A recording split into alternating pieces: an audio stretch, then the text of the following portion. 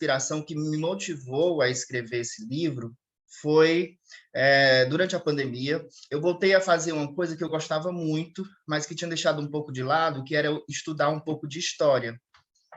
Comecei estudando um pouco sobre a história do Brasil, vendo alguns canais no YouTube, lendo alguns livros, e depois eu pensei, rapaz, então eu quero saber a história do Ceará também, quero saber um pouco mais sobre a história do Ceará.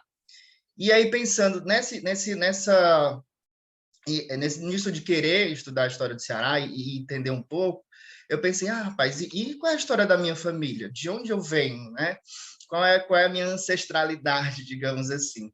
E aí comecei...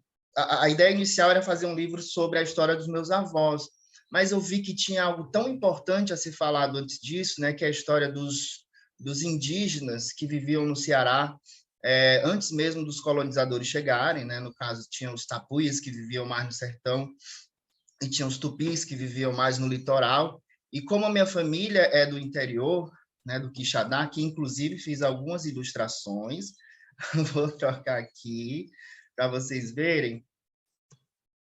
Aqui, ó. A história ela se passa no Quixadá, no Ceará, né? No Quixadá, no Baturité. Aqui é uma das personagens, a Bidzamu. Se você ver que lá no cantinho tem a Pedra da Galinha Xó. Então, eu queria saber das origens mesmo, e pesquisando, né? Eu encontrei a história do povo tapuia, do quanto os indígenas foram exterminados, e teve todo um processo de aculturamento, né? De esquecimento das nossas raízes indígenas.